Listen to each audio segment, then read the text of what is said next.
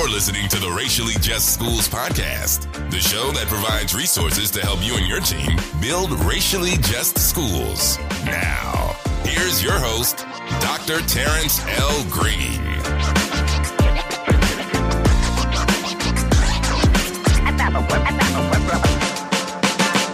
Welcome to the Racially Just Schools podcast. My name is Terrance Green, and I am your host, and I am excited, I am ecstatic, and I am deeply humbled that you are here with us for the very first episode number 1. So fist bumps, snaps, and claps to you for being here for the very first episode. Now, since it is the first episode, what I thought we would do, in the spirit of being an educator, is to do some housekeeping. Now, housekeeping is very important because housekeeping allows us to develop collective understanding, collective expectations, particularly around what is forthcoming with this podcast. And so to do that, I've organized today's episode number 1, around 3 questions. And these questions are, number 1, I'm going to spend some time talking about who am I? Who am I personally? Who am I professionally? What has been some of my entry points into this work? Where am I, and what has been my journey in working to build racially just schools? And the second question that I want to spend some time talking about is why the Racially Just Schools podcast. And as I talk about this question, I honestly just want to share with you what's in my heart behind the motives, the intentions, the pursuits for creating the Racially Just Schools podcast. And then third and finally, I want to spend some time talking about what you can expect when you tune into this podcast. It is my hope and my desire that not only will you listen to this podcast, but the people that you're working in solidarity with, the people that are on your team, that you will all listen to this podcast and that you will have conversations about it and that it will inform the work that you're doing to build racially just schools. So I'm super excited about digging into these 3 questions. So let's go. To start, I want to spend some time briefly just sharing a little bit about myself, who I am personally, professionally, and I think I'll start with what I'm currently doing and kind of work my way back. So right now, at the time of this recording, I'll be entering my 9th year as a professor of educational leadership and policy. So I'm currently a tenured associate professor at the University of Texas at Austin. And I co-direct our principal preparation program where we focus on preparing leaders to do work around racial justice, anti-racism, and equity. And so I've been teaching for almost now the last decade a course on leading for justice and equity in K-12 schools. I've also taught the course at Teachers College Columbia in their Summer Principals Academy. So I have had the honor of teaching this course to school leaders, many school leaders in many different places. As well, I have the opportunity to work with and consult with a number of districts and schools. And so the work of racial justice, particularly thinking about building racially just schools, with leadership teams, with school systems, is something that I'm very passionate about. And, I feel blessed that I have the opportunity to do that professionally. But I didn't always start there, right? So I wasn't always a professor. I'm actually originally from Detroit, Michigan, born and raised in the 313, Motown, the Motor City. We always like to say, what up, doe? So all my people from Detroit listening, what up, doe? And I'm a proud graduate of Detroit Public Schools. And after graduating from high school, I attended a historically black university, a HBCU. And that was a turning point in some ways, because that was the first place in a formal education space where I felt like I was intellectually thriving. And not that I didn't thrive intellectually in other facets and other spaces in my life, but this was like the first time in like an informal educational setting where this thriving took place. And, one of the things that I realized, think retrospectively, in having the experience of attending a HBCU, historically black college university, is that institutions are pivotal. They're critical to transformation, right? And it's so important for us to really think about our work institutionally beyond just individuals. Although I had some amazing professors and I had some amazing friends and folks that I met there. Institutions are extremely powerful. So after I graduated from undergrad, I began to teach locally. I taught in Kentucky. I was a high school science teacher. I taught anatomy and physiology, which was actually an elective. I taught biology, and I taught earth and space science, chemistry, physics mixed course called integrated science. And I really enjoyed teaching. I learned a lot with my students. It was an amazing experience. And while I was in the classroom, a few people tapped me on the shoulder, said you should think about administration. And I thought about it. And so I went back and I got my master's while I was teaching. And so I got my master's at night while I was teaching in the day, got my master's at night. And I got my master's in educational leadership, right, to be an administrator. And so by the time of the end of my program, there were kind of like a crossroads, right? Do I teach longer? Do I think about becoming an AP and pursue the administrative route? Or is there something else? And for me, I think the things that I was weighing more than anything, it was kind of like, what do I want to do with my life in the respect of where do I want to have the greatest sphere of influence? And where do I think I can do that? And for me, I wanted to have a breadth of impact, right? And I felt like working at a school and being a principal, they have amazing depth of impact. And of course, there's breadth to it as well. But I wanted to work with people across context, across space, across the country, in different places around the world. And so that was one thing, right? The lever of impact. And I think this is important for us doing building racially just schools. We have to get clear on where are our leverage points for this work, right? There are cracks in the system where we can infiltrate to begin to rebuild racially just schools.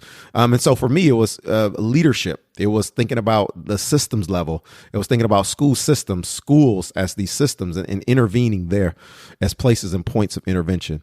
The other thing, too, this idea of intervening in how knowledge is produced and how it's constructed. So as a professor, I get to write, I get to publish, and I get to, quite frankly, puncture the taken for granted lies that have been perpetuated, particularly around Black students, around schools and communities, around the ways in which school leaders engage and work in collaboration with community stakeholders, and to really aim to disrupt racial oppression in schools and the racial status quo. And so having the opportunity to publish research was also a leverage point for me. But then the other thing about why I was interested in doing something else is I just had all these questions. And I like to say I've been a researcher since I was 3, 4, 5 years old asking questions about these larger sociological questions I used to ask, even when I was a child growing up in Detroit, these larger educational questions. And I felt like the best way to address all three of those was to pursue a PhD. And that's what I did.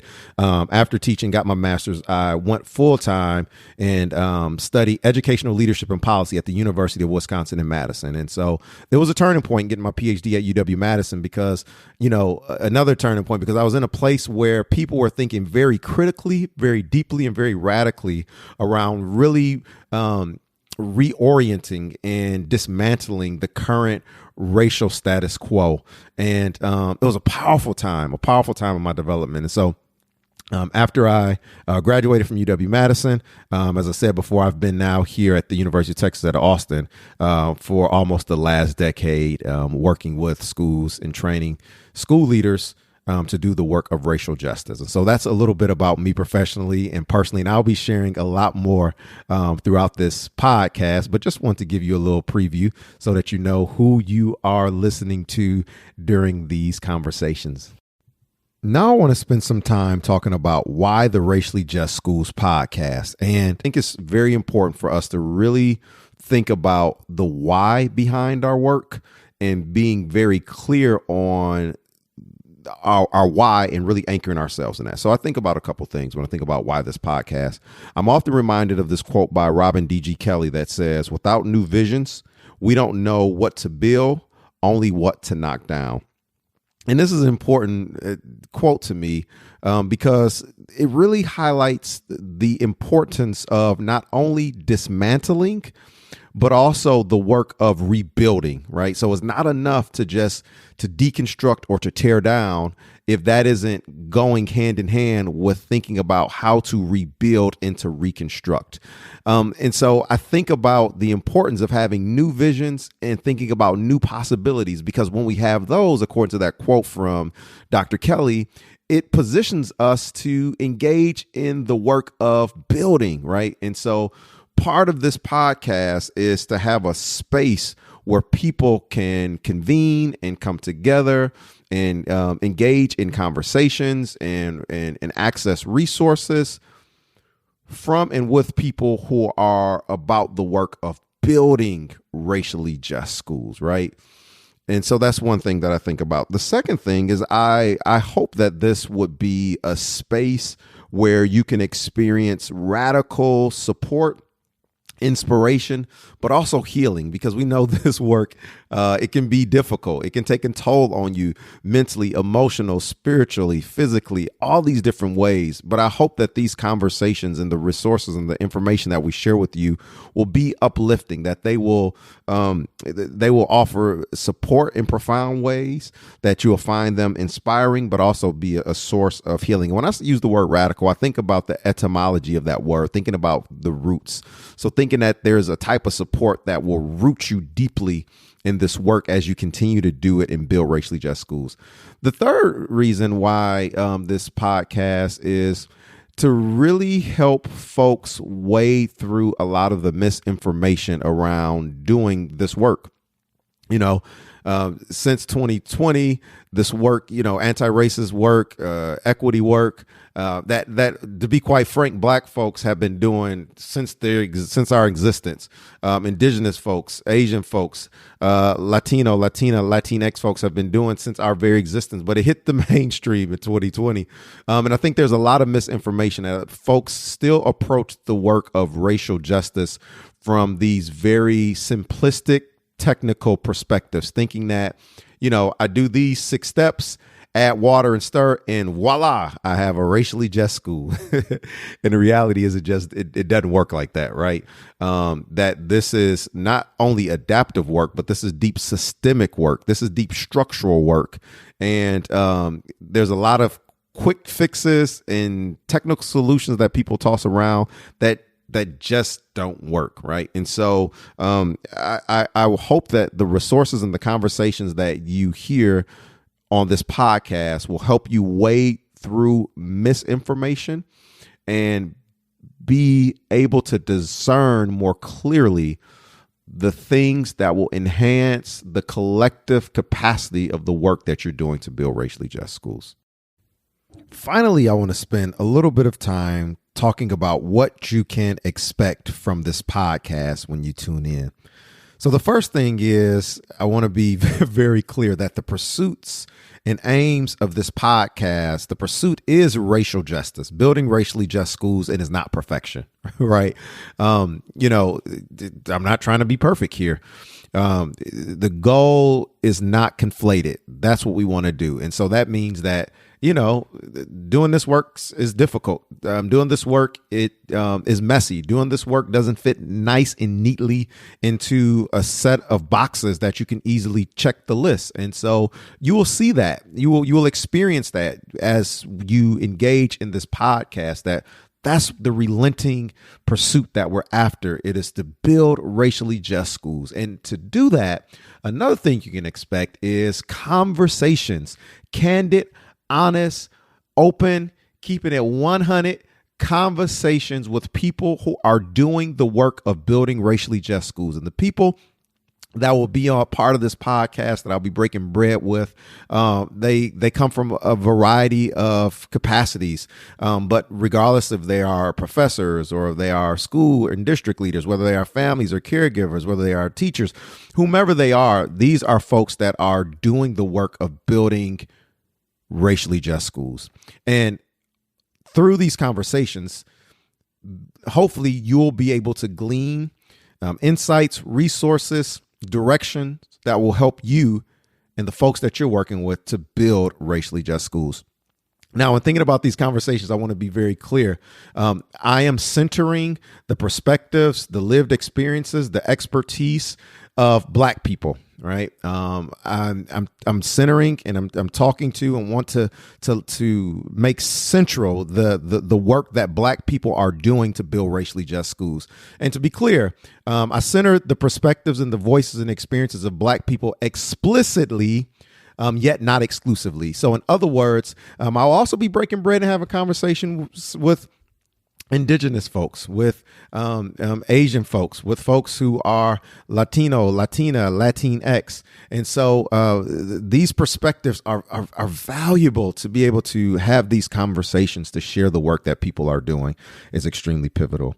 And then finally, you can also expect when we don't have guests in here where we're chopping it up and breaking bread and talking through the work that people are doing to build racially just schools, I will be on here sharing resources, sharing insights and things that can help you and your team build racially just schools. So I'll be doing like some teaching, but the teaching will be more the goal is that the teaching will be collaborative in that there will be things and questions and resources that will be useful to the work that you are doing. Well, that is it, folks. Thank you so much for joining episode 1 of the Racially Just Schools podcast. I hope you enjoyed it, and I am so excited and really looking forward to our time together during future podcasts. What I need you to do is to please hit the subscribe button, share with a friend, and please leave a review. We love reviews. And if you want to hear more from me, you can head on over to www.raciallyjustschools.com. That is www.raciallyjustschools.com. When you join our community, I have a free video for you on 3 tips that will make your racial justice work better. And again, if you love the show, hit subscribe, rate it, and leave a review on iTunes. And until next time, peace.